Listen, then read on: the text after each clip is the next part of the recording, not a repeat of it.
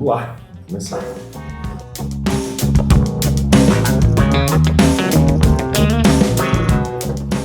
Pessoal, sejam todos muito bem-vindos ao nosso primeiro episódio do Sudoeste Podcast. Nossa expansão para o mundo digital, de um jornal que já tem 37 anos de história, que tem informado nossa região aqui de maneira exemplar, com muita qualidade, sempre com um compromisso grande com a notícia. Eu sou o Pedro Paziadotto, estou aqui junto com o Carlos Maza. E para começar com o pé direito esse primeiro episódio, trazendo um pouco de história, né? Carlos, você quer começar a apresentar o nosso primeiro convidado? Bom dia a todos, bom dia Pedro, bom dia Saito, bom dia Miriam, eu estou dando spoiler dos convidados, mas tudo bem. Em primeiro lugar, Pedro, eu queria lembrar que hoje, dia 13 de setembro de 2025, hoje o fundador do jornal Sudoeste do Estado é o Walter, que é meu irmão da Eliana e filho da Dona Maria, faria 65 anos hoje, então eu quero dedicar esse podcast a ele, sendo que os dois convidados foram professores dele também, então, inclusive, eu não sei se eu vou falar uma bobagem aqui, Saito, vou antecipando você aqui. Meu irmão gostava muito de teatro e a iniciação teatral dele, eu lembro certinho que tinha uma peça que eu assisti que o Saito que promoveu, para mim é o Saito, chama A Pena e a Lei. A Pena e a Lei. E meu irmão começou no teatro. Ariano Suassuna. Ariano Suassuna, isso mesmo. Então, eu quero dedicar esse podcast ao Walter, porque ele faz, em novembro, agora vai fazer 30 anos do seu falecimento, e ele não teve acesso a essa era tecnológica que eu tenho certeza que ele ia adorar, porque ele gostava muito disso. O podcast é uma inovação, o Sudoeste do Estado está implementando isso agora e vai ser uma constante, porque o formato podcast não é entrevista, não é debate, é conversa. Então as pessoas que estão aqui vão conversar normalmente e expor suas ideias de maneira tranquila. Então eu fui muito contente e vou apresentar o primeiro convidado. O natural de Lençóis Paulista, nascido em 22 de janeiro de 1950, ele possui licenciaturas em Geografia, Pedagogia e Ciências Sociais. Iniciou sua trajetória como professor da rede pública estadual em 1972, atuando inicialmente na cidade de Fartura, onde deixou sua marca como educador dedicado e comprometido com a formação de seus alunos. Posteriormente, mudou-se para Avaré, onde consolidou sua carreira extensa e multifacetada. Atuou como professor e também como diretor de diversas instituições. Foi docente da Faculdade de Ciências e Letras de Avaré, do Colégio Universitário e do Centro Universitário do Sudoeste Paulista, a UniFSP, onde permanece em atividade até hoje. Também está à frente da Fundação Regional Educacional de Avaré, a FREA, e atualmente exerce a função de diretor do Colégio Portinari Pretoriano, também em Avaré. Com a carreira que atravessa décadas, José Alcides Miller é um exemplo de dedicação à educação com uma atuação marcante tanto no ensino básico quanto no superior. Então, o nosso primeiro convidado é o professor Miller. Deixa eu apresentar agora, fiquei com a honra de apresentar o professor Saito. Natural de Fartura, nascido em 22 de abril de 1946, construiu uma trajetória admirável na área da educação. Formou-se em História pela antiga Faculdade de Filosofia, Ciências e Letras de Sorocaba, além de obter licenciaturas em Pedagogia e Estudos Sociais pela cidade de Itapetininga. Seguiu-se especializando com complementações pedagógicas em Avaré e também com uma especialização em História pela cidade de Jacarezinho. Sua jornada como educador começou em 1969, na Escola Modelo de Ciências e Letras de Sorocaba. Mesmo com uma carreira promissora no interior paulista, ele optou por retornar às suas raízes em Fartura. Lecionou em Itaí e, mais tarde, atendeu ao chamado para ensinar em sua cidade natal, onde concluiu uma carreira de 46 anos dedicados ao magistério. Um verdadeiro mestre que representa gerações de alunos e professores, e cujo legado permanece vivo na educação do interior de São Paulo. O microfone de vocês está aberto, viu? Quer corrigir? Você nasceu em Fartura? É, apenas uma pequena correção, eu não sou natural de Fartura. Minha cidade natal é Ipuã. Ipuã. Fica perto ali de Barretos, né? Certo. Eu me mudei para cá em 1959, estudei no Trombe, Sim. formei no curso de formação de professores, né, o magistério, no Trombe, e depois que eu parti para fazer estudos superiores em Sorocaba. Certo. E aí, posteriormente, que veio a vir. Saito, uma lembrança rapidinha antes de começar aqui, que eu, você e o Zé da Costa foram os únicos que foram no casamento do Miller em 1980. Você não vai lembrar disso. Eu lembrei ontem ainda. Eu não lembrava quem que me acompanhava. Eu morava em São Paulo e o Zé da Costa me ligou na época, eu tomava um banco mercantil. Tem o casamento do Miller, né? A gente adorava ir em casamento para comer à vontade. E o site vai levar a gente. E eu não lembro do casamento do Miller. Não lembro. Nada. Foi em Macatu. Mas o seu carro, que a primeira vez que eu andava no Corcel 2, desse modelo novo, foi a primeira vez que eu andei no seu carro. No Corcel 2 branco, placa 5910 final. Nossa. Mas o céu. Isso que é memória, né? Isso que é memória. Então eu falo pro Miller lá em Avaré, porque eu moro em Avaré agora. Né? Miller, o único cara de Avaré que foi nos casamentos, acho que fui eu, hein? Então você me respeita. Que ano que foi o casamento? 1980. 1980. Paz do céu. É tempo. Ele está casado com a Dona Maria até hoje. E tem uma filha chamada Letícia. São 45 Nós passamos anos. em Itaí, antes de ir para Lençóis Paulista, né? Uhum. E tinha um churrasquinho que ele estava fazendo lá. Então nós almoçando lá, para depois ir no casamento do Miller. Itaí? Você não lembra disso também? Não. Não lembro. Eu lembro só do seu carro. Que chamou a atenção O Corcel- carro marcou para mim. o Corcel 2. Era o primeiro Corcel 2 aqui de Avaré, de Fartura, então era um carro, uma coisa de pegar um BMW, sei lá. Era eu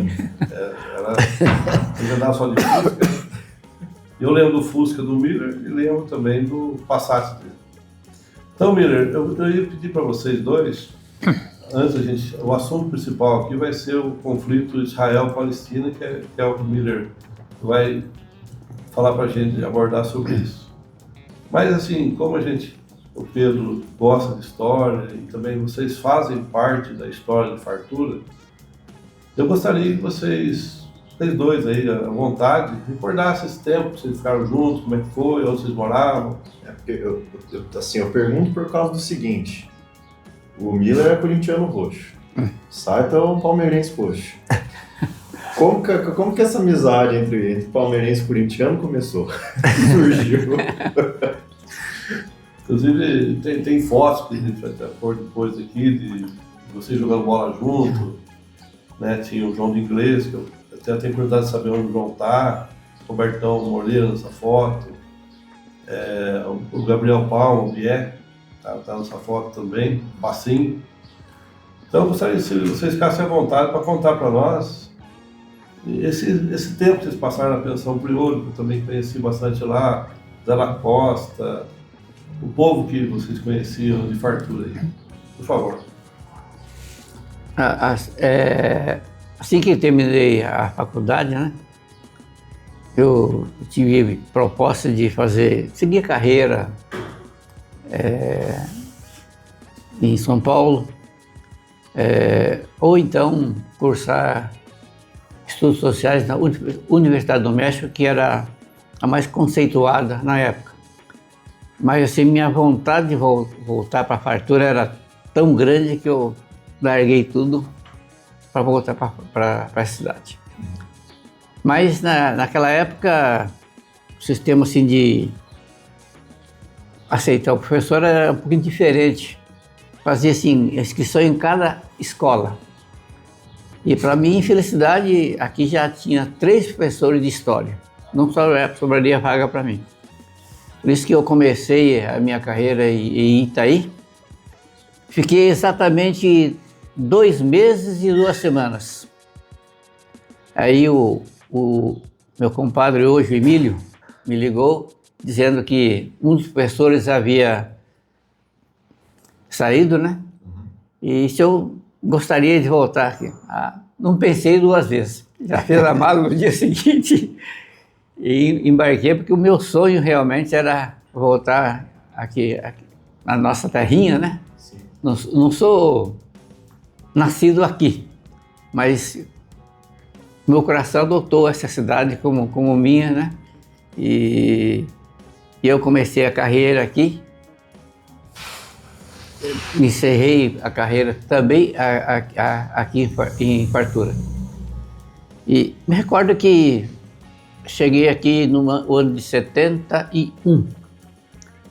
E no ano seguinte é que esse meu amigo, o Miller, aportou aqui na cidade. Nós tivemos a honra de recebê-lo, né? E a felicidade de trazer um grande companheiro, um grande amigo. E na parte da educação, um excelente professor para compor o nosso grupo lá no Monsenhor José Trombe. Vocês foram morar vocês já moraram na pensão do Priolo, não? Sim, nós morávamos na pensão do Priolo, onde hoje está a Casa da Cultura, né? Museu, né? Museu da Cultura. Foi o local que nós passamos uma boa parte da vida. Eu sou de descendência nipônica, mas o Paulo D'Água costuma falar que eu sou o japonês mais italiano que ele conhece, que eu gosto muito de massa. Justamente porque a gente foi muito bem acolhido na pensão e as donas eram quase como se fossem nossas segundas mães, né? Tratavam com tal carinho que a gente deixou o lar, mas encontrou, na verdade, outro lar aqui na cidade. Então, um ano depois... Maria Antônia e Dona Helena, né? Isso. E o Zé da Costa sempre fala que a Dona Helena era puxa-saco sua. Ela dava 2 ovos pro sai todo dia, o Zé da Costa um ovo. E aí, Miller? Então, eu comecei a minha carreira, primeiro dia que eu dei aula na vida, numa escola, foi no Trombe, numa 6ª série, no período da tarde, inclusive. Eu cheguei aqui em 72, inclusive era ano bissexto. Meu registro conta lá, dia 29 de fevereiro de 72, quando eu comecei a trabalhar, né? Eu vim para a Fartura, eu assumi as aulas em Ourinhos, na época era diretoria de ensino. Isso, né? Ourinhos. Então, quando apresentaram, chegou minha vez, apresentaram as escolas onde havia disponibilidade, né?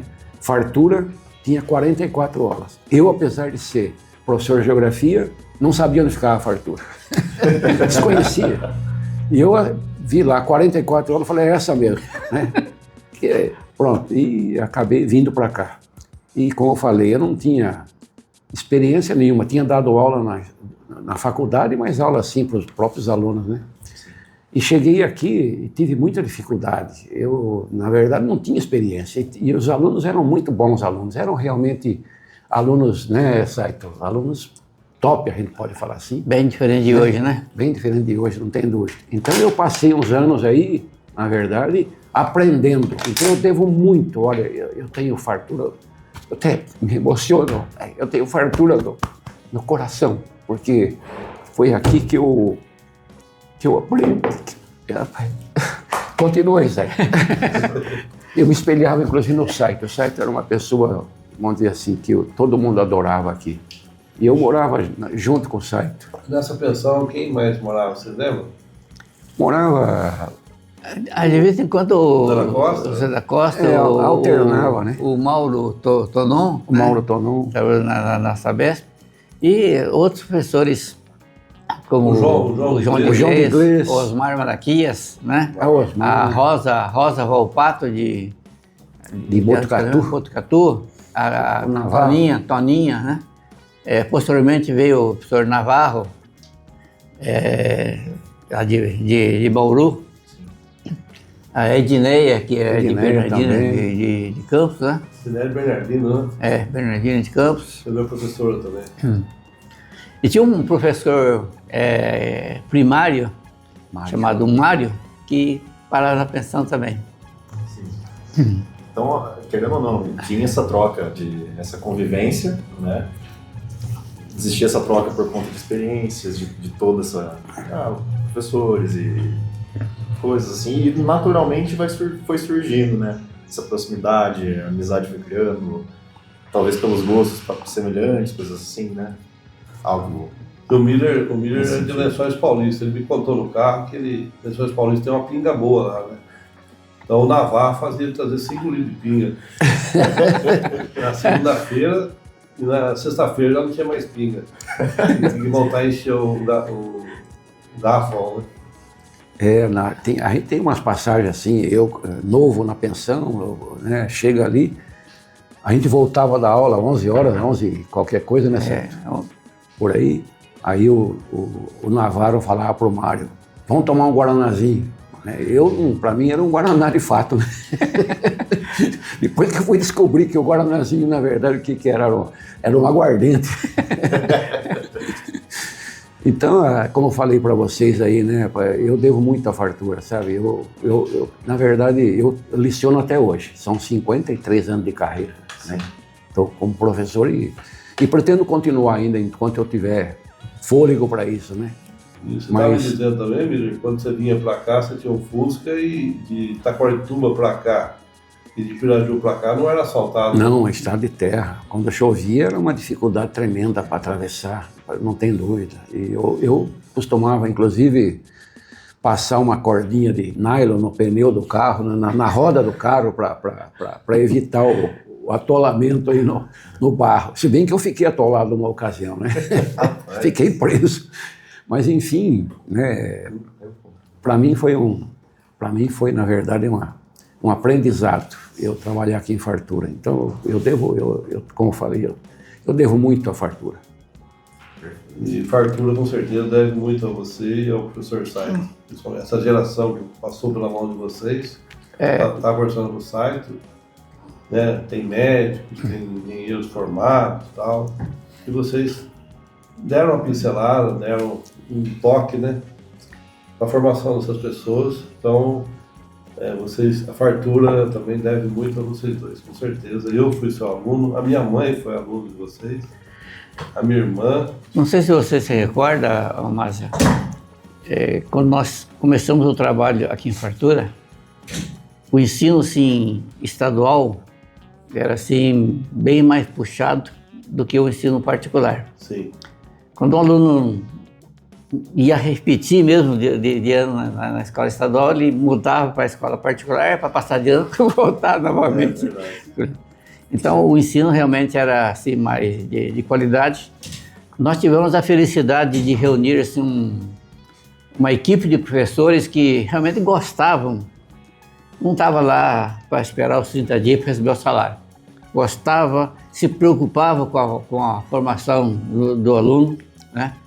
E a qualidade do aluno também, que a maior parte das aulas eram diurnas, né? Terminar essa parte da conversa, eu gostaria, sim, seria legal, eu acho, vocês enumerassem, falassem os nomes dos professores da época, para a gente deixar registrado aqui os nomes, né? Pessoas que já morreram, eu lembro o senhor Roberto Moreira. Eu gostaria que vocês pudessem ajudar a lembrar os nomes desses professores, principalmente os professores de Fartura ou de mansão de Fartura que passaram por aqui. Tem como você lembrar esses nomes para nós? Eu posso lembrar de alguns aí, se o Miller complementa. Eu lembro de alguns. Roberto Moreira, que você já citou, já falecido. Rogério, que vinha lá de Carlópolis também, já falecido, né? Tinha uma professora de educação física chamada Romilda, que vinha de Itapetininga. Itapetininga. Itapetininga? Não, desculpa, perto de Bauru. Perto de Bauru. Mas não é Itapetininga, não. Piratininga. Itatinga. Piratininga. Piratininga. Piratininga. A Rosa Volpato, a Toninha também, que veio de fora. Que mais? A Meire, que na época começou como professora. Professor de ciências, eu lembro. Isso, a Dinaíde, conhecida de Dinaíde. O irmão dela, Oi? Não. o Djalma. O Djalma. Dona Cecília. A Maria Cecília, Matemática. Maria, Ednir Mazeto. Professor de matemática também. Ednir Mazeto, foi de matemática. A Vera Maluri. Teve vocês, né? A Vera Maluri. A Vera. Professor de francês na época, eu lembro. Tem um tempo ela trabalhou assim com a gente, mas não sei se tem mais alguém, melhor. O João, né? O João de Inglês. É que vai revezando assim com o tempo, né? Assim, você sabe onde está o João? Não sei. Não. Tenho curiosidade sobre isso. Eu sei que ele estava trabalhando na Grande São Paulo e lecionava em algumas faculdades lá. A última vez que eu vi o João, ele veio com o filho, que por que pareça maior que ele. Nossa, E o João era grande. Então, Pedro, eu vou passar a palavra ao Miller para discorrer sobre o tema central. Por quê? Nós estávamos conversando antes de sala. Hoje as informações são muitas. O aluno, hoje a rapaziada, a meninada, pega o celular, só que tem tanta coisa para ver no celular que às vezes não estão lá para aprender outras coisas. Então, o momento de um professor que dá aula de atualidades no Colégio Portinari, de repente, de passar a real situação, contar a história do conflito do Israel-Palestina lá naquele Jordânia, Irã, tudo que acontece no Oriente região Médio. lá. Então, Miller, está com a palavra, pode nos atualizar sobre isso. A gente poderia, na verdade, pedir ajuda do site aqui, né? Porque o site é expert em história, não é isso? A formação do site é história, ele direcionou história o tempo todo aí, né? Já que é uma conversa aqui, né, a gente fala assim, eu podia perguntar para o site, por que o povo, por exemplo, judeu, né, que na Bíblia é o povo hebreu, né, que seguia o judaísmo, daí acabou se tornando o povo judeu, que é o povo de Israel de hoje, né? Por que esse povo, por exemplo, ele é odiado, vamos falar assim, né? E não existe assim um preconceito contra o judeu, né? A gente vê, por exemplo, o que aconteceu na Segunda Guerra Mundial, né? Os campos de concentração, né? Período anterior àquele chamado pogrom que teve na Europa Oriental, que era uma perseguição aos judeus, por exemplo, né? Quer dizer, por que, né, o site ajuda a gente aqui, né, site? Porque, na verdade, o povo judeu ficou marcado na história. Se você pegar na história bíblica, tem aquela passagem de Cristo e Barrabás, né? Talvez ali tenha começado essa situação envolvendo o povo judeu, porque na hora de escolher entre o Pôncio Pilatos não lava as mãos, deixa para o povo escolher, né, quem seria o libertado, né? E o povo optou por quem? Optou por Barrabás. Por quê? Porque Cristo, na verdade, né, ficou sendo como crucificado pelos judeus. Mais ou menos isso, certo? Não é isso? Na verdade, o motivo assim, desse ódio judeu tem várias raízes, né? Primeiramente, você pode notar, das fortunas maiores que tem no mundo, a maior parte está na mão de judeus. Então já é um motivo de preconceito. De preconceito. O judeu, ele não sei se considera como superior. Se você pegar, por exemplo, na escala assim, grandes inventores do mundo, 90% pelo menos são judeus.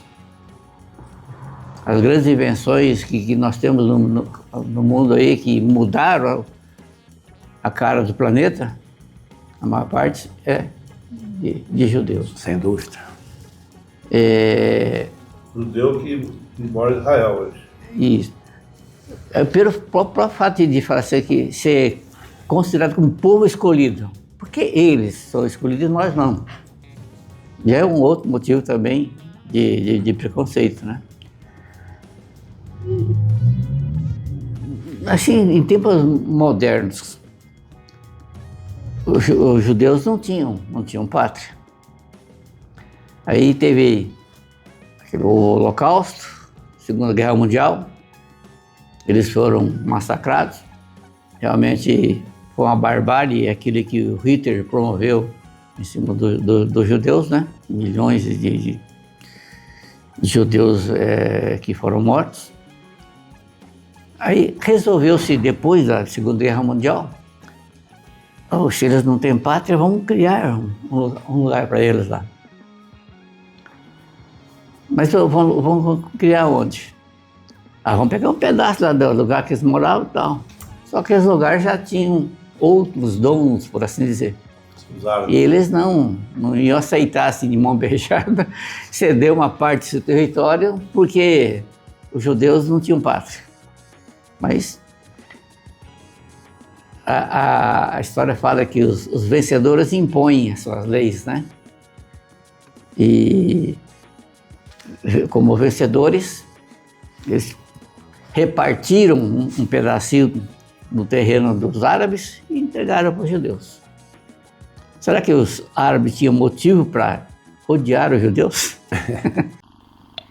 E aí, tá curtindo esse conteúdo? Quer apoiar essa ideia? Seja um apoiador oficial desse projeto. Entre em contato com a redação no 14 997 23 9292 e venha fazer parte desse novo capítulo do Jornal Sudoeste do Estado. A gente pegar, para completar essa ideia sua, né, como você falou, depois do Holocausto, imagine, né, o mundo tomou conhecimento dos campos de concentração, inclusive existe até hoje, né, um campo de concentração mantido intacto, né, na Polônia, justamente para quê? Para mostrar para o mundo como era um campo de concentração. Então o mundo ficou, como se diz, né, com uma dor muito grande levando em conta o povo judeu, né? Então, como o site falou, nós temos que dar um jeito, tem que arrumar uma terra para esse povo aqui, né? Aí o que acontece? Até entra um brasileiro na história, né? O Oswaldo Aranha, né? Em 1947 acontece a chamada Partilha da Palestina. A Palestina era um território do povo palestino, cuja capital era Jerusalém, né? E só que a Palestina, na oportunidade, estava sob domínio britânico. E os britânicos praticamente abriram as mãos, né? Ou abriu mão da Palestina. A ONU decidiu o quê? Vamos dividir a Palestina em 3 territórios. Um estado judeu, que seria o Estado de Israel, um estado que seria árabe, e Jerusalém, como é uma cidade santa para diversas religiões, né? O cristianismo, o islamismo, né? O judaísmo, fica uma cidade do mundo, né? Quer dizer, no papel, muito bem feito, correto? Eu dou para uma parte para você, uma parte para você, e a cidade aqui, uma cidade de todo mundo. Imaginário tá bonito. Né? Teoricamente, perfeito. Só que os árabes não gostaram muito disso. Né? Os árabes não acharam perfeito. E como eu falei, né, o Oswaldo Aranha, na oportunidade, foi o brasileiro que assinou isso. Ele estava na Secretaria-Geral da ONU. Inclusive, quando fala assim, Oswaldo Aranha no Brasil, pouca gente vai lembrar, né? Eu digo assim, de um modo geral, o pessoal não sabe. Você vai em Israel, pergunta para um garotinho da escola, quem foi Oswaldo Aranha? Ele fala a biografia do Oswaldo Aranha. Ele tem estátua dele lá, está em museu. Por quê? Porque praticamente foi Oswaldo Aranha que assinou a resolução número 181 da ONU, que criou o Estado de Israel. Né? Quer dizer, então, em 48 surgiu o Estado de Israel, nessa terra aí. Mas, de imediato, a Primeira Guerra nessa época. 48, 49, já saiu uma guerra. Segunda Guerra, né? Não, digo... A guerra, 6 dias, né? A guerra 6 dias, 67. Em 48, 49, surgiu Israel, o povo já foi atacado pelos árabes. Israel já tomou... Esse Estado árabe nem chegou a existir, a não ser no papel, né? Já foi tomado pelos judeus. Mas Israel sempre ganharam todas as guerras. Né? Sem dúvida, sempre. Ele tem um exército muito melhor preparado, né? Aí vem a guerra de 67, que é a chamada Guerra dos 6 Dias, que ele foi atacado pelo Egito, pela Jordânia e pela Síria, né? Então, o que ele fez da Síria? Tomou um território da Síria, colinas de Golã, que pertence a Israel até hoje. É. E qual que é a importância de Golã? É a nascente do Rio Jordão, a principal fonte de água para Israel, né? Aí tomou da Jordânia a Cisjordânia, tomou do Egito a faixa de Gaza e a Península do Sinai, né? Então Israel expandiu seu território. O que ele queria? Mais terra e também o domínio da água, já que a região é um deserto, né? E depois, aí tem um fato que é importante lembrar, eu costumo lembrar para os meus alunos aí, né? 72, Olimpíadas de Munique, na Alemanha. Imagine, Jogos Olímpicos, local de confraternização mundial, jogos, gente toda quanto é parte do mundo. De repente, o quê? Um comando árabe, né, o Setembro Negro, né, ataca o alojamento de Israel, mata 11 atletas de Israel, né? Porque a partir daí que a Olimpíada passou a ter uma segurança extrema, levando em conta o quê? Esse atentado, né? Depois, 73, teve aquela guerra do Yom Kippur, né? Que o Yom Kippur é a festa dos judeus, né? E foi atacado outra vez e venceu a guerra outra vez, né? Então Israel, né, como se diz, e recebe o apoio maciço dos americanos, né? Como o site falou, as maiores fortunas do mundo estão nas mãos de judeus, e esses judeus em grande parte estão nos Estados Unidos, né? Quer dizer, então tem uma ligação muito grande, né? Quer dizer, então essas guerras foram acontecendo, Israel foi ampliando seu território, mas chegou uma hora que resolveram fazer acordos, né? Acordo de Oslo, por exemplo, 93, 95, nessa época. Depois, aquele acordo do mapa da estrada, que 2003, que na verdade o quê? Israel propunha, eu cedo terra, mas em troca eu quero paz, né? A prova que isso aí é uma realidade, que de fato houve o acordo, é que em 2005, a faixa de Gaza viviam palestinos e viviam judeus. Aqueles chamados kibbutz, eles tinham diversos assentamentos. O governo de Israel retirou à força os judeus de lá. Imagina uma pessoa que está lá desde 67 a 2005, ele construiu a sua família, a sua propriedade, ele estava instalado ali. Ele foi obrigado a sair. Muita gente, se você pegar pela internet e for colocar na internet, você vai ver o quê?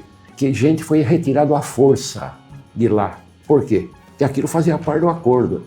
A faixa de Gaza vai ser um território palestino. E eles começam a fazer um muro ao redor da Cisjordânia para separar a Cisjordânia de Israel. Por quê? A Cisjordânia seria devolvida também aos palestinos. Então estava feito o acordo. Só que tem judeu que não aceita. Assim como fala assim, o Brasil de hoje é um país polarizado. De um lado tem quem é da direita, quem é da esquerda, quem é Lula, quem é Bolsonaro. Lá havia, logicamente, o quê? Uma divisão também, né? Quer dizer, quem apoiava essas ideias de paz, de ceder terra, e quem era contra. E o grande nome dessa época aí, né, era aquele Yitzhak Rabin, né? E ele foi assassinado por um judeu. Aí, por quê? Ele era o primeiro-ministro de Israel. Por que ele foi assassinado? Porque ele propunha a cessão de terras em troca da paz, mas tinha judeu que não queria a cessão de terra, ceder a terra, né? Então imagine você, ele foi assassinado por causa disso, né? E em seguida, né, surge o Hamas. O Hamas, o Hamas o que é? O Hamas é tido como um grupo terrorista apoiado pelo Irã, mas também é um partido político. Inclusive, dentro do próprio palestino tem uma divisão, né? Tem a autoridade palestina e tem o Hamas, que eles, o quê? Eles não entram em acordo. O Hamas não aceita negociar com Israel. A autoridade palestina negocia com Israel. A autoridade palestina é reconhecida pela ONU. Né, certo? Não é isso? Quer dizer, então se a gente vê uma divisão também dentro do povo palestino, né? Aí em 2007 o Hamas assume o poder dentro da faixa de Gaza, expulsa de lá a autoridade palestina, que eles estão onde hoje? Na Cisjordânia, né? E então os conflitos continuaram, o Hamas atacando Israel, e até que vai acontecer o quê? O 7 de outubro aí 2023, né? Que agora vai completar daqui a pouquinho 2 anos. O Hamas invade Israel, mata 1.200 pessoas, né? Isso aí apareceu na televisão, né? Vídeos, né? Divulgados, aquela festa rave, imagina a moçada se divertindo ali, de repente eles são o quê? Metralhados, por exemplo, né? Aqueles kibbutz, aquelas fazendas de Israel, invadidas, matavam aleatoriamente criança, adulto, idoso, mulher, não tinha, era para liquidar o judeu, né? Então, qual o grande problema? É que Israel, no caso, né, sofreu 1.200 mortes. Mas ele atacou a faixa de Gaza e matou 63 mil até hoje, né? Isso que a imprensa fala. Quer dizer, então a reação de Israel é sempre o quê? Desproporcional, né? Então isso pesa também contra quem? Contra Israel. Né? Quer dizer, então essa guerra, pelo que a gente vê, a tendência é o quê? Pode ter um período de paz, mas em seguida vem o quê? Vem outro conflito, né? Quer dizer, é difícil estabelecer. Vai ter paz um dia?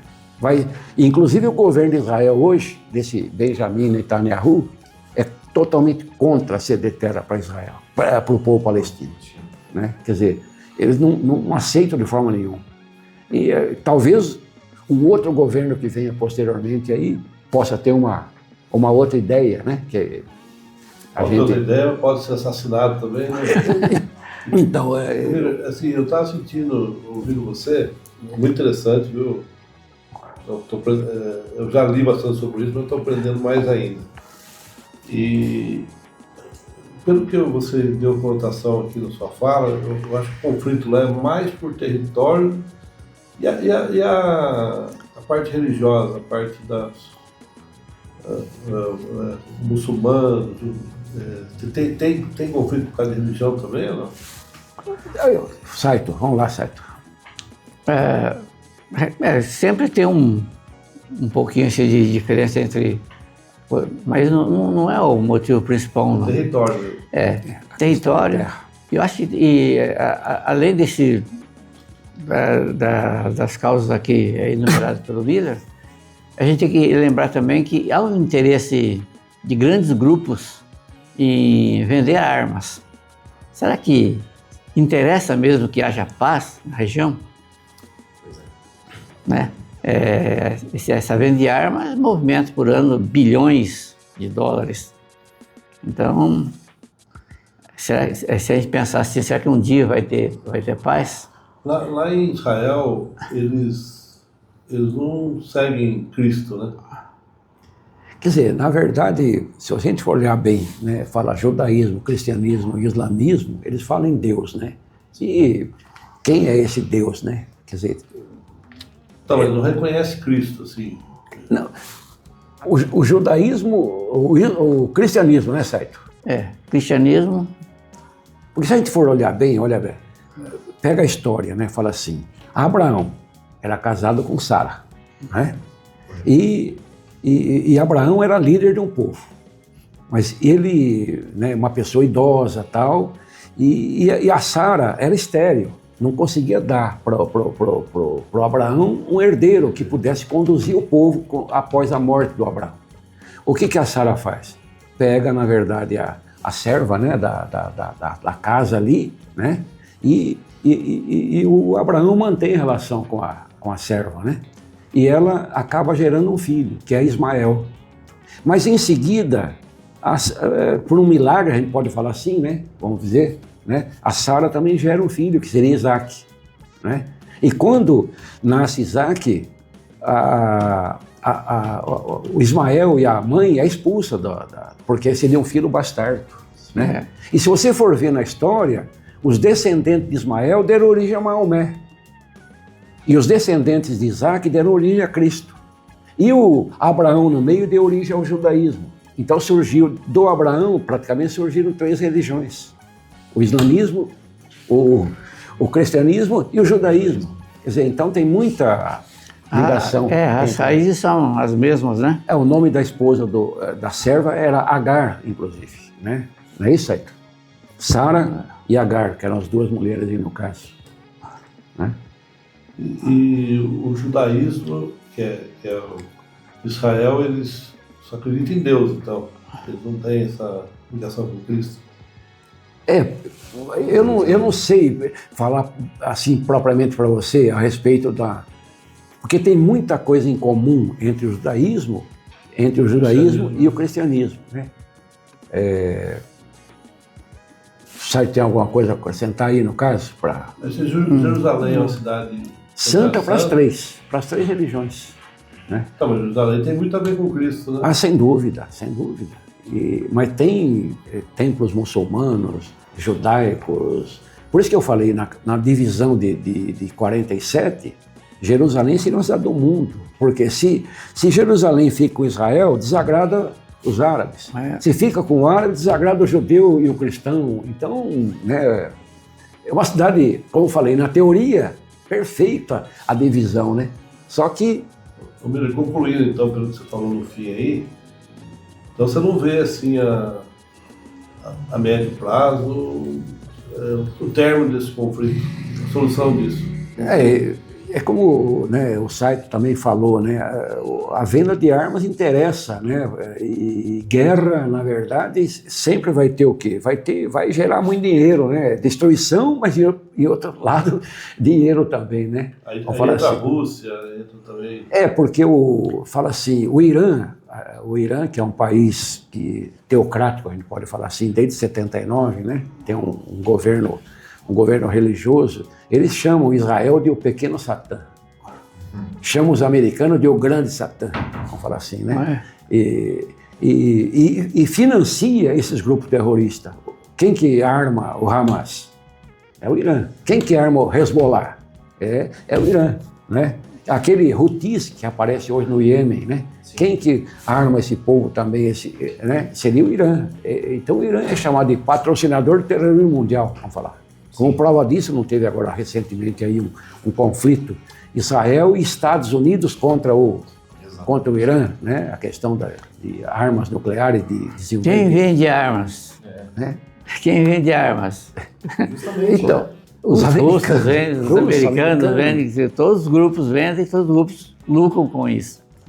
Então, saindo um pouco do tema aqui, falando em guerra, você está falando, na visão de vocês, por que não termina o conflito Rússia e Ucrânia?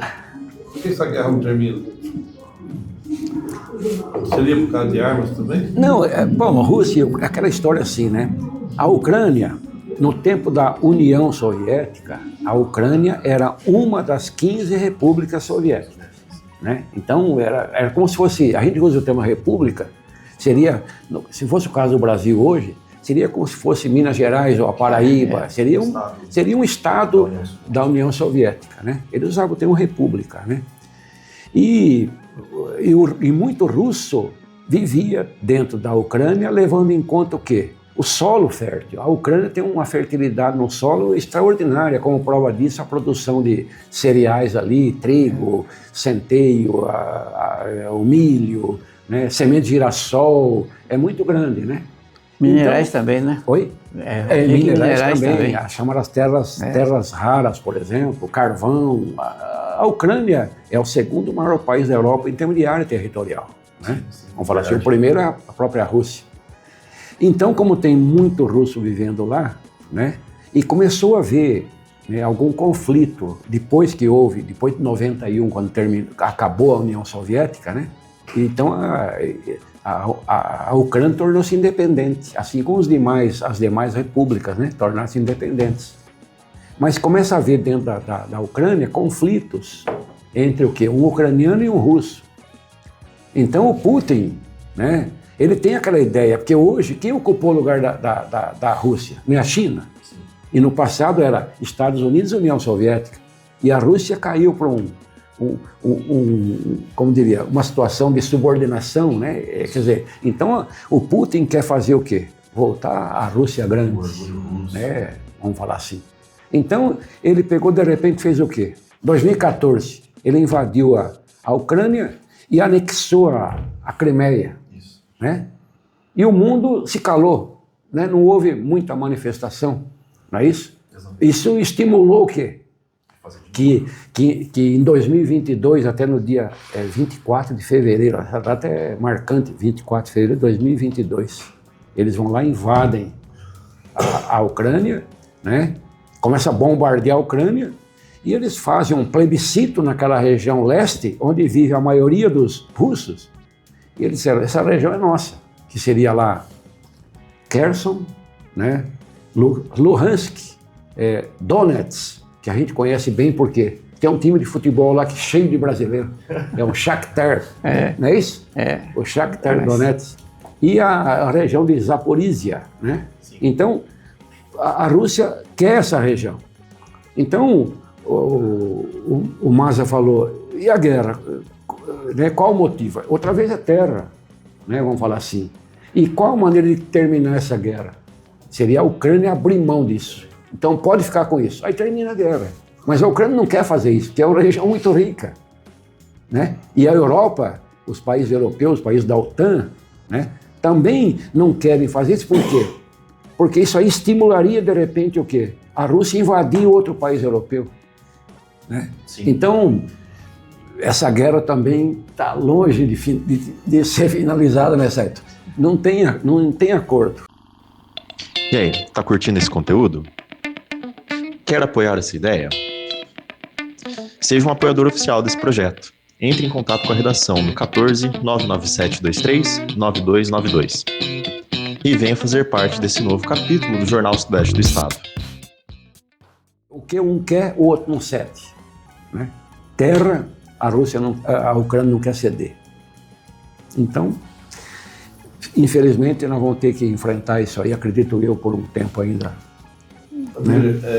Bom, sobre Israel, se eu tiver alguma pergunta e tal, para mim foi assim, muito... Ficou super bem elucidativo, é legal a gente ter essa ideia, acho que passar isso para as pessoas também, né?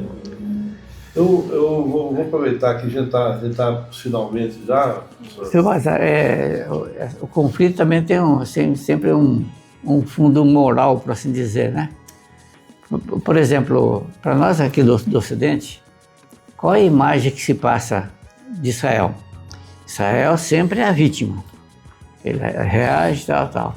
Será que na história verdadeira sempre Israel é a vítima? Eu tenho minha opinião. Será que sempre é? Então, para nós, você vê, tem uma série de livros, inclusive, que quando teve aquela guerra de 6 dias, né? Assim, um livro lá com história lá. Então, brotam os heróis, né? Como Ben-Gurion, Moshe Dayan, não sei o que e tal. Aquele povoa imaginário assim, do povo, que não tem as bases culturais para buscar as raízes verdadeiras, né? E então impulsiona tal. Isso aí não é motivo também dos palestinos odiarem mais ainda os judeus? É uma imagem que marcou muito para mim, Sai. Foi a imagem das pessoas lá na faixa de Gaza pedindo comida e sendo metralhadas. Isso coisa não tem dúvida. Eu tenho uma netinha de 3 anos e a gente vê hoje a dificuldade de criar uma criança, né? Acompanha, né? Agora eu fico pensando assim, como é que é criar uma criança no ambiente daquele, cara? Né? Imagina o psicológico dessas crianças, como é que vai ser, bomba aqui, bomba ali, terror. A minha netinha, às vezes, ela simula que tem um monstro no quarto, né? A gente fica preocupado com isso, nossa, ela está preocupada com o monstro. Imagina os monstros que tem nesse lugar na cabeça das crianças, que indivíduos vão ser formados a partir de agora, do jeito que está sendo... Ouviu as sirenes, vamos esconder, né?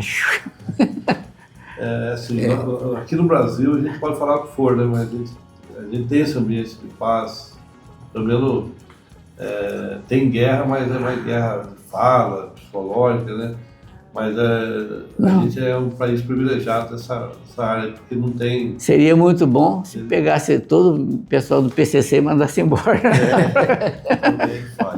Aí ficaria de paz. Bom, continuando aqui, falando sobre um tema mais atual, professores, estamos diante hoje de um tarifaço, né? Estamos diante hoje de um país que é um país que é famoso por querer também influenciar o mundo, que é os Estados Unidos, querendo influenciar decisões judiciais do Brasil, né? E eu gostaria que vocês comentassem sobre isso, sobre o tarifaço, sobre a legalidade dessa influência, sobre a lei Magnitsky, que ameaça algumas autoridades brasileiras, sobre a soberania do país. O que vocês acham disso? O que está acontecendo? São a favor, contra? O que vocês falam para mim? Não adianta ser do contra, né? É uma realidade. Acho que no mundo moderno, quem pode mais exige, e quem tem um pouquinho de cabeça negocia. É o que o Brasil não tem feito, né? Tem um viés político na história? Sempre tem. Mas o tarifaço não foi só aplicado no Brasil. Foi aplicado em vários outros países. E o que eles fizeram? Foram lá, negociar, baixaram bastante, sabe? Por que o Brasil não faz o mesmo? Nós podemos com os Estados Unidos? Não podemos. Né? Nós dependemos bastante. Do ponto de vista ético, eu concordo? Lógico que eu não concordo. Não dá para concordar. Mas se ele fez, a gente tem que procurar de forma sensata ver qual seria o caminho para diminuir o prejuízo. O prejuízo vai ter, de qualquer maneira. Né? No final da história, o povo vai pagar por essa diferença. Quem faz o grande comércio, por um tempo ele dá uma... Mas ele vai continuar lucrando, mesma coisa ali, né? Eu falei agora há pouco, o povo vai acabar pagando, vai se acostumar e tal. Só que tem que ter esse lado... Negociação, então. Sem pensar em termos de direito internacional, é lógico que o Trump não tem direito de chegar e querer imiscuir. Afinal de contas, não somos colônias dos Estados Unidos. Mas será que não somos colônias econômicas também? Aí, desse ponto de vista, né, o Lula, do meu ponto de vista, é um sujeito muito mal preparado. Subiu ali pelos caminhos da corrupção, se mantém, porque no Brasil a corrupção é quase uma lei. Quem não é corrupto não ganha dinheiro nesse país, né? Acordos 1000 nós temos aí, que as pessoas fazem para... Manobras, né? De repente, o cara, uma firma deve montanhas de dinheiro. Aí vai alguém do Supremo, vai lá e vamos anistiar. De repente, aquela dívida imensa desaparece. Ou seria muito bom se simplesmente desaparecesse, né? Como é que fica a situação do povo, de forma geral? Se aquela dívida fosse recolhida pelo governo, mesmo que de forma parcelada, e aplicada naquilo que é necessário, como educação, como saúde, etc., aí sim minimizaria as condições do povo. Volto a falar, aceitar aquilo que o Trump está fazendo, logicamente a gente não pode aceitar. Mas ele é também um brutamontes, talvez até um certo limite de ignorante, por assim dizer, né? E o que resta para a gente? Aquilo que os países aí que tiveram um pouquinho de bom senso fizeram. Vamos negociar. Ele é mais poderoso do que a gente.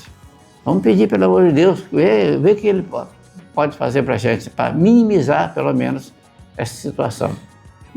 Pelo menos eu penso assim. E também a gente pode acrescentar no caso, né, sem dúvida nenhuma, como o site falou muito bem, por sinal, os países que sofreram a tarifa e negociaram, conseguiram uma redução. Por que o Brasil não negocia e deixa o empresário... Quem que está indo lá nos Estados Unidos? É o próprio empresário que está indo lá tentando fazer alguma coisa. O Lula se colocou numa condição assim, né? Que o país é soberano e que se o Trump quiser ligar para ele, ele atende. Não é assim que ele fala, não é verdade? Né? Quer dizer, mas no fundo, se a gente for ver a questão dessa questão envolvendo Estados Unidos e Brasil, né? Também como o Said falou muito bem, o americano não tem o direito de intervir aqui, principalmente no judiciário brasileiro, né? Essa questão do julgamento do Bolsonaro, né? Dividiu muita gente, mas aquela foi uma decisão do Supremo, decidiu, né? Como se costuma dizer, lei não se discute, lei se cumpre. Então foi estabelecido isso, ponto final. A gente tem que tocar a vida para frente no caso. Mas o grande mal que eu acho nessa questão aí, pessoal, é o seguinte, olha, surgiu esse grupo chamado BRICS, né? E de repente esse grupo aí passou a ser o chamado Sul Global, não é isso? E esse Sul Global se contrapõe aos americanos e europeus. Então o mundo está mais ou menos o quê? Dividido. E o Lula, ele busca ser um líder nesse Sul Global. Então você pode perceber, notem vocês todos, né, e para quem estiver ouvindo a gente aqui, você não vê o Putin chegar na televisão e falar algo assim, o Xi Jinping também não, é sempre um porta-voz. E no Brasil, quem que fala? É o Lula, não é? Sim. E ele, o que ele fala? Que tem que encontrar uma moeda alternativa, eliminar o dólar Esse é o grande mal. Se a gente for ver nas entrelinhas esse conflito Estados Unidos e Brasil aí, na verdade, está envolvido, porque o Lula, ele quer assumir um papel de liderança que ele não tem, ele está sendo usado, ele está sendo, na verdade, está sendo usado. Ele, na verdade, acha que é esse grande líder, ele se acha, né? Então, ele está sendo usado pelos russos e chineses, no caso aí, né, para fustigar os americanos. Né? E quem está sofrendo? É o Brasil que está sofrendo. A gente está... Quer dizer, eu penso dessa maneira. Eu acho que, na verdade, a questão maior é essa, né? Porque a briga dos grandes lá, na verdade, quem está pagando todo o preço é eu, você, qualquer pessoa. E como que você vai fazer um comércio, por exemplo, do real com uma moeda estrangeira que não tem o valor que tem o dólar, por exemplo, e tudo mais, né? Sim. Professor, você citou antes que a Rússia hoje é a terceira potência, né? Então a China tomou o lugar dela. Sem dúvida, né? Então, eu sempre, quando eu vi isso ali fácil, também lendo e refletindo, o começo da carta do Trump fala do Bolsonaro. E aqui não está tendo liberdade de expressão, papapá. Para mim, esse é pano de fundo só. O problema dele não é Bolsonaro. Aliás, ele não está nem aí com o Bolsonaro. O problema dele é China. Que hoje a China é o maior parceiro comercial do Brasil, está dominando o mundo no comércio. E o Trump, não ele, né? Os Estados Unidos, né, sabe disso e quer combater isso. A pergunta para encerrar aqui, Miller e Said, esse conflito, vamos falar do Sul, aí, que é o BRICS e tal, você dizer que pode piorar essas coisas, de repente virar um conflito armado, uma coisa pior, ou vai ficar só nessa... Um estilo Guerra Fria 2. Só essa Guerra Fria mesmo? Meu ponto de vista, guerra de fato, acho que dificilmente vai acontecer. Se acontecer uma guerra de fato, vai acontecer uma vez só, não vai ter nenhum de nós para contar a história. O arsenal que o mundo tem, né? Os países aí preocupados cada vez mais em fazer armas mais potentes, né? Se colocar aquilo numa guerra, não sobra nada para contar a história, não. Sim. Então, acho que não... Vai ficar uma Guerra Fria mesmo. Vai ser mais uma guerra, que a gente pode chamar de Guerra Fria. Vai ficar os dois lados aí, oponentes, mas negociando, né?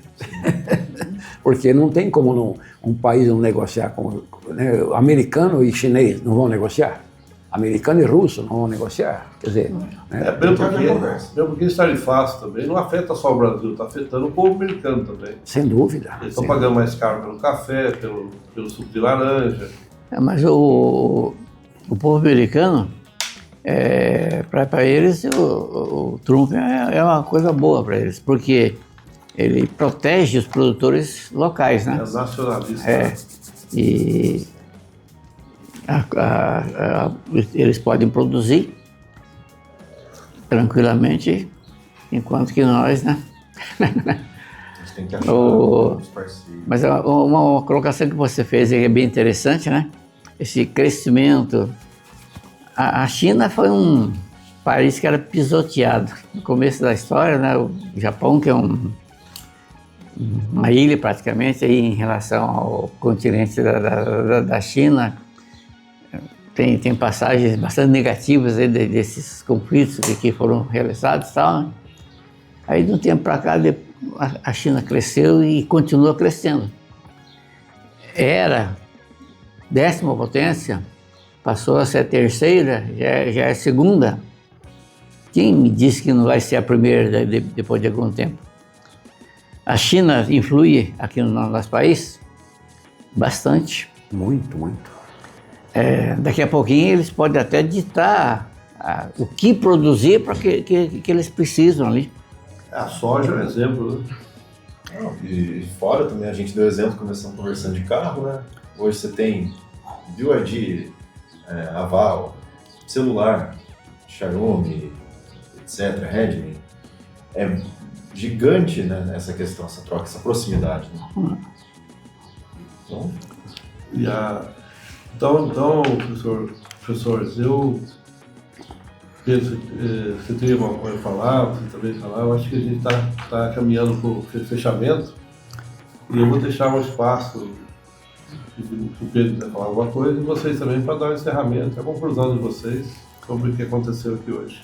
Aí eu eu queria só agradecer, antecipando ao Pedro, desculpa, eu queria agradecer assim, a oportunidade, foi um momento assim, bastante gostoso, né? obrigado.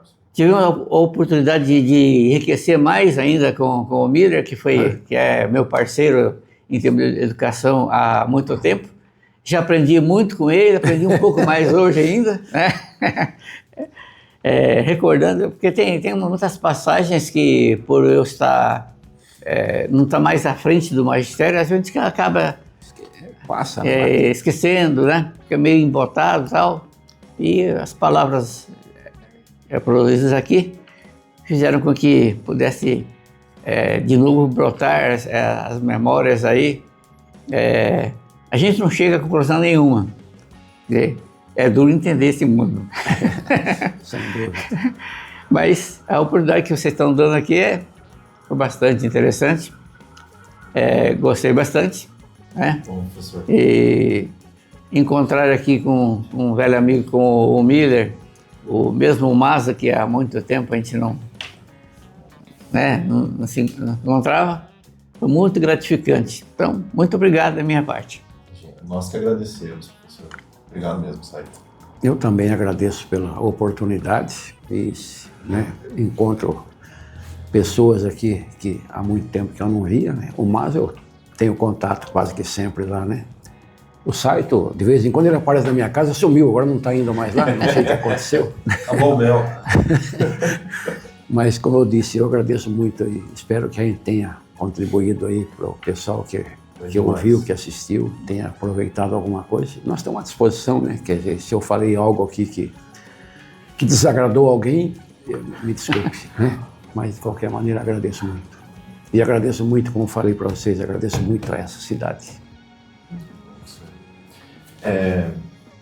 Antes de fazer a finalização, a gente deixou separado aqui algumas fotos. Então, se a gente puder só dar uma olhada, dar uma comentada rápida, só para a gente poder ter a lembrança, né, mostrar. Primeiro, inclusive essa primeira aqui. Eu falei já. Quem que é a turma que tá na foto? Roberto Moreira, já falecido. Roberto Gabriel, Moreira. já Gabriel. falecido. Esse que tá O artista aí, o Miller. Eu tenho, olha lá, cabelo, tá vendo? João Passos, Joãozinho. Passinho. Joãozão de inglês. O João de inglês. E esse índio aqui, quem é? Kamikaze aí. Um samurai. Samurai. Isso aqui era uma foto antes de um jogo. Sim. Esse aí foi no Trombe, na quadra do Trombe, né? Na Nosso salão. quadra. É o time do nosso salão. A gente jogava com os alunos, né? O nosso time de futebol de salão nessa época era muito bom mesmo. Nós passamos vários anos sem perder os alunos. Tá certo que falava assim, né? Ó, se ganhar de nós, vai ficar chegando a prova. Mas não, o time realmente era muito bom. Que legal. Bom, temos mais uma foto aqui. Olha, essa foto foi na pensão. Lá na pensão. É, na pensão. Dona Maria e Dona Helena. Eu não me lembro quem tirou essa foto aqui, mas eu guardo com recordação. Ó, temos mais uma aqui. Aí, essa aí foi na represa. Esse aqui eu lembro, né, certo? O Haroldo. Miragaia? Habilidade de Miragaia. Haroldo Martins Bertolazzo. Ele morava na pensão também, era amigo da gente. Sim. Né? Ajudava Tinha bastante um a gente. primário anexo e ele era diretor desse primário anexo. Sim, Lá no Trompe, né? Dentro do Trompe. certo. A última foto aqui. Ixi. Esse era o famoso Fusca? Esse era o Fusca. 8307. E aí a gente ia com os alunos na represa, pescar, nadar, enfim, né? Outros tempos, né? É, Eu não sei o nome desse menino, esse aqui é Lucarelli, esse menino aqui. Lucarelli, o Bertone e o Maximiano, né? O do Pateta. O É o Zezinho. Zezinho. Lembra o Zezinho Pateta? Zezinho. Ele foi gerente da Sabesp durante muito tempo. Então, esse aqui é irmão do Álvaro, esqueci o nome dele, mora em São Paulo, né? Bertone é filho da Dona Alice Bertone, né? Esse Filho, é. Deve morar em São Paulo também. É, São Paulo também. O Zezinho tá aqui em Fartura, né? O Zezinho tá, ele aposentou da Sabesp e tá em Portugal. Ele está na represa também, amigo? Essa na represa também. Olha lá, e um fato, dá uma olhada na foto, todo mundo cabeludo, né? O cabelão da época, né? Principalmente, né? Na época também o Emerson Fittipaldi deixou a história famosa. Era moda, né? Vamos falar assim. Era moda. Deixa eu voltar aqui, ó. Depois da geração dos Beatles, né? Geração dos Beatles, sim. Então, Pois é. pessoal, eu quero aqui então agradecer aos professores, ao Pedro, a Juliana, que está dando assistência aqui, a Eliana, a Maria, que é a matriarca que vai fazer 85 anos esse ano e não para, graças a Deus. Amém. E agradecer a vocês mesmo por ter vindo. Acho que o Sudoeste do Estado está...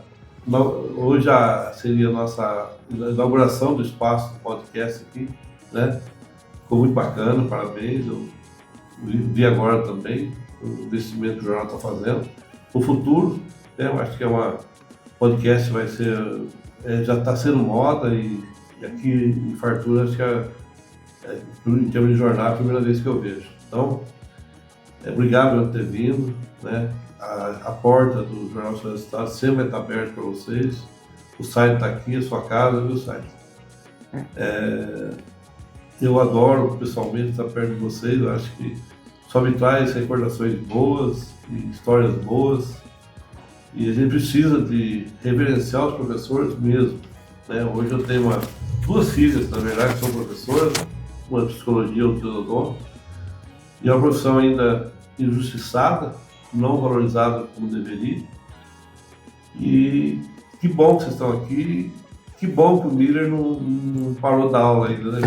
Tomara que você continue passando a sua sabedoria a toda essa molecada aí, tá bom? Muito obrigado e a casa de vocês aqui, tá? Foi um dia maravilhoso.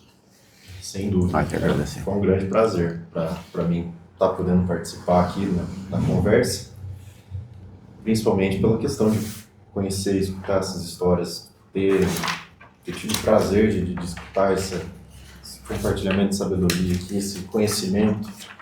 Então, para nós, que estamos participando, é uma grande honra ter tido vocês como os primeiros convidados nossos aqui. E eu fico sem palavras, eu queria muito agradecer. Professor Miller, professor Saito, muito obrigado por participarem. E aí, tá curtindo esse conteúdo? Quer apoiar essa ideia? Seja um apoiador oficial desse projeto. Entre em contato com a redação no 14 99723 9292 e venha fazer parte desse novo capítulo do Jornal Sudoeste do Estado.